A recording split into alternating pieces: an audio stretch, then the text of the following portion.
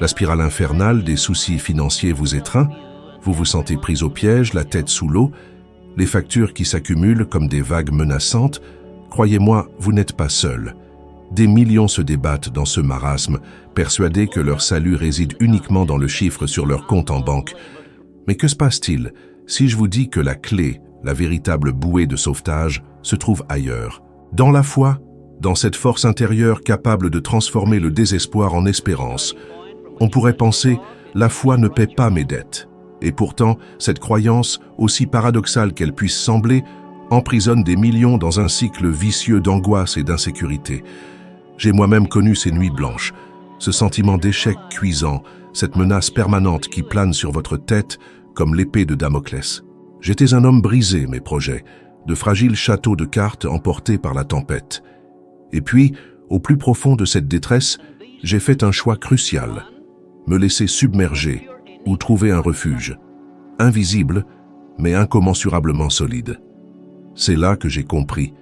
Construire sa vie sur le sable mouvant des biens matériels est une folie. Se fier uniquement aux chiffres, c'est ignorer la puissance d'une force invisible. Une force capable de vous relever, de vous guider, même au cœur du chaos. Le véritable trésor ne se trouve pas dans votre porte-monnaie, mais dans votre cœur. La vraie richesse, c'est la paix intérieure, la sérénité face à l'adversité. Ce sentiment de confiance, cette foi inébranlable qui vous permet de dire « Même si tout s'écroule autour de moi, je ne suis pas seul ». Récemment, des études en psychologie financière ont mis en lumière une réalité troublante. L'anxiété, l'impuissance, la solitude sont souvent plus destructrices que le manque d'argent lui-même. Alors, face à la tempête financière, laissez-vous guider par une force supérieure. Ne cherchez pas des miracles spectaculaires, mais une connexion profonde avec cette force, cette sérénité intérieure qui vous permettra d'affronter vos difficultés, même si la situation matérielle reste inchangée. Se sentir soutenu, c'est se relever même après une chute vertigineuse. On me demande souvent, comment trouver le courage sans ressources?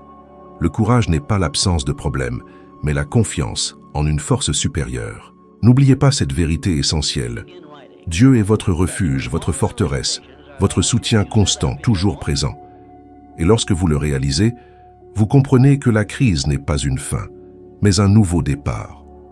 Une opportunité pour renaître, plus fort, plus serein, prêt à prospérer. Les prophéties de malheur, les rumeurs de krach boursier, les prévisions économiques alarmistes, ces voix tonitruantes cherchent à vous semer la panique. Mais votre destinée ne dépend pas des bruits du monde, mais de la voix que vous choisissez d'écouter au fond de vous-même. Combien de décisions précipitées, motivées par la peur, avez-vous prises? Combien de fois vous êtes-vous laissé influencer par les craintes des autres?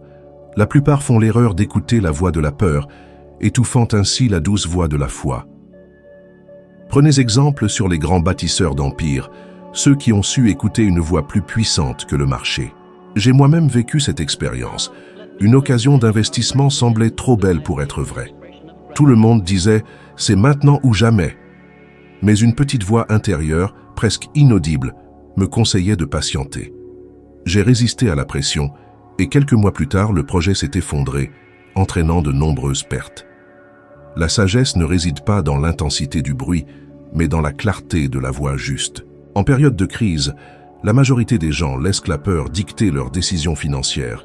Ils vendent à perte, abandonnent des opportunités, s'endettent encore plus. Et si vous commenciez à faire silence, à écouter cette voix douce, cette assurance intérieure qui vous murmure « J'ai confiance en toi ». Une fois ce bruit de fond apaisé, la sérénité s'installe et avec elle, la capacité de prendre les bonnes décisions, sans précipitation, sans angoisse. L'abondance n'est pas un but en soi, mais la conséquence d'une vie menée en harmonie avec son être profond. Alors, quelle voix écoutez-vous en ce moment? La voix de l'inquiétude ou la voix de la confiance? Il est temps de faire silence et d'écouter la voix qui vous murmure « Je suis ton Dieu, confie-toi en moi ». Car au bout du compte, ce n'est pas la crise qui définit votre avenir, mais la voix que vous choisissez d'entendre. Le monde peut hurler, mais lorsque Dieu parle, la peur s'éloigne. L'urgence, la panique, ce sont les pires conseillères. J'ai moi-même subi les conséquences de décisions précipitées. Une opportunité alléchante, une pression énorme, et pourtant, un pressentiment me disait de prendre du recul. J'ai choisi le calme, la réflexion, et j'ai ainsi évité un désastre. La vraie richesse commence par la sérénité. Une pensée sereine voit des solutions, là où une pensée angoissée ne voit que des menaces. Alors, osez le silence, même au milieu du chaos financier. Ne confondez pas le calme avec la passivité. C'est une préparation, une mise en harmonie de votre être profond. Ce silence vous permettra de prendre du recul, de laisser votre créativité s'exprimer. Pour cela, je vous propose un défi. 7 jours, 5 minutes de calme chaque jour avant toute décision importante. Fermez les yeux, respirez, priez et répétez « Je sais que tu es Dieu ». Écrivez ensuite vos pensées. Vous serez étonné par la puissance de cette simple pratique. Vous passerez du mode réactionnel à celui d'une action consciente, ancrée dans la confiance. La véritable victoire financière ne commence pas dans votre porte-monnaie, mais dans votre esprit et votre cœur. Le Seigneur des armées est avec vous, une promesse qui dépasse les mots, une réalité tangible et transformatrice. La crise est plus qu'une simple pénurie d'argent. C'est une crise de confiance, un sentiment d'isolement face à un combat qui semble insurmontable. Mais lorsque vous comprenez que vous n'êtes pas seul, que Dieu combat à vos côtés, le poids s'allège et le cœur trouve la force de continuer. Votre vie n'est pas un champ de bataille, mais un champ de victoire, car le Seigneur des armées a le pouvoir de mettre fin à la guerre. Il a le pouvoir de briser l'arc de l'oppression, de détruire le javelot de la peur. Mais il faut oser le dire. La richesse sans foi n'est qu'une illusion, un mirage qui s'évanouit à la première difficulté. Cherchez-vous à accumuler ou à trouver une véritable sécurité? La vraie richesse ne réside pas dans ce que vous possédez, mais dans la certitude d'être protégé. J'ai moi-même connu le doute, l'incertitude, mais la foi m'a permis de surmonter ces périodes difficiles. La science le confirme, la foi favorise la résilience et la paix intérieure. Alors, êtes-vous prêt à laisser Dieu combattre pour vous? À comprendre que votre plus grande victoire n'est pas d'obtenir de l'argent, mais d'expérimenter la paix de savoir que vous êtes protégé.